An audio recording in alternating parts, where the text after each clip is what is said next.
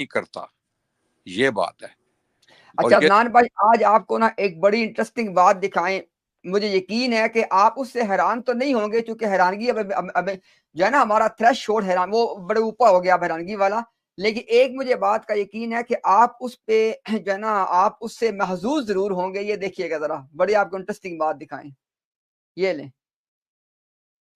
یہ لیں جناب۔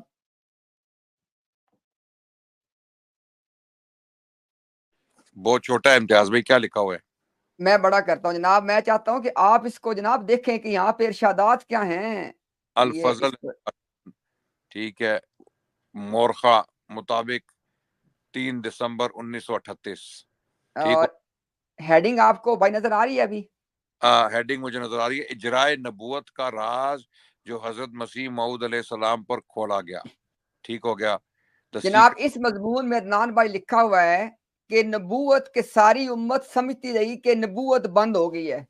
اچھا، اچھا، مرزا غلام قادیانی ایک بچہ، ایک ہومو سیپین پیدا ہوا، اللہ نے اس کو صرف اس کے اوپر یہ راز کھولا کہ نہیں، امت ساری غلط ہے۔ یہ ایک راز تھا کہ نبوت جاری ہے مگر ساری امت غلطی پہ تھی، میں تجھے بتا رہا ہوں کہ یہ راز تھا کہ نبوت جاری ہے۔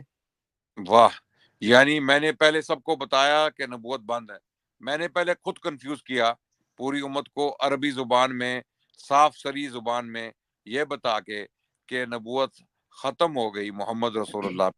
پھر میں نے محمد رسول اللہ صلی اللہ علیہ وسلم کو یہ کہا کہ تم لوگوں کو بتا دو کہ میرے بعد کوئی نبی نہیں ہے، اور مختلف الفاظ، مختلف مواقع، مختلف لوگوں کے سامنے تم نے یہ کہنا ہے کہ میرے بعد کوئی نبی نہیں ہے۔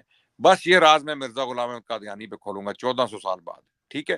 تم امت کو گمراہ کرو، قرآن کی ایسی تشریح کرو، ایسی تفسیر، یہ نتیجہ نکل رہا ہے۔ یہ جو باتیں میں کر رہا ہوں نا، اس سرخی سے یہ نتیجہ نکل رہا ہے کہ اللہ نے جان بوجھ کے پوری امت کو اندھیرے میں رکھا، ان کو پہلے گمراہ کیا کلیرٹی نہ دے کے، اور پوری امت کا پھر اس پہ اجماع ہوا۔ اچھا مزے کی بات یہ کہ پوری امت مجتمع ہوگی اس پہ، اس عقیدے پہ کہ کوئی نبی محمد رسول اللہ کے بعد نہیں آنے والا۔ جب ہم بعد کا لفظ استعمال کرتے ہیں نا، تو اس میں یہ بار بار ہم سے یہ کوشچن مت پوچھو، جبکہ ہم اس کا ہزاروں دفعہ جواب دے چکے ہیں کہ عیسیٰ نہیں آئیں گے، عیسیٰ نہیں آئیں گے، عیسیٰ نہیں آئیں گے۔ بعد کا مطلب کیا ہے بے وقوف لوگوں؟ بعد کا مطلب ہے کہ میرے بعد کوئی نبی نہیں آنے والا۔ جو مجھ سے پہلے گزر گئے ہیں، نبوت جن کو مل چکی ہے وہ گزر گئے ہیں، میرے بعد کوئی نبی نہیں آنے والا۔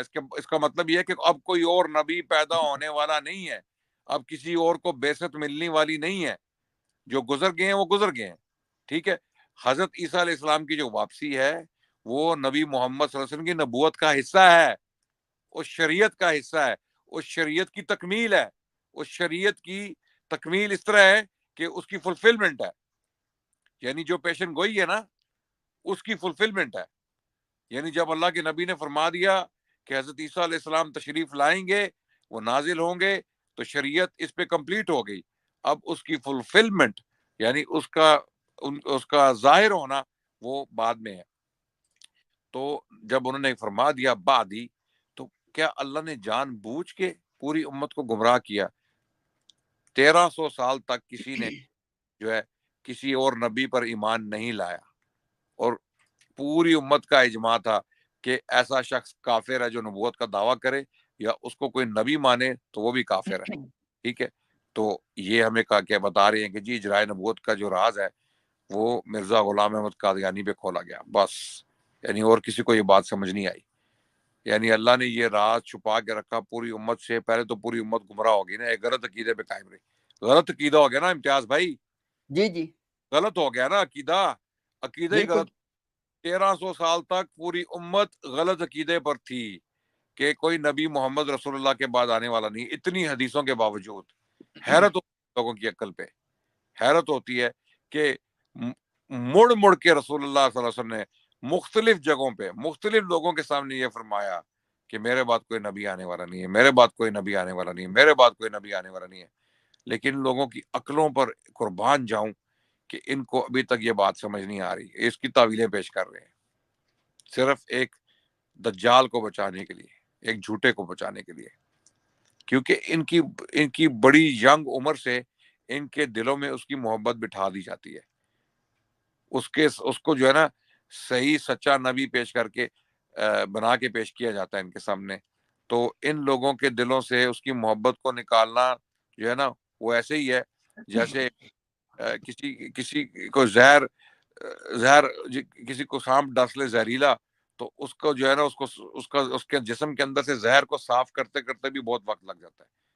تو انشاءاللہ اللہ تعالیٰ نے ہمیں اگر وہ اس کام پہ لگائی دی ہے، ہمیں اگر اللہ نے وہ بنائے جوگی بنائی دی ہے، تو ہم انشاءاللہ یہ زہر نکال کے چھوڑیں گے.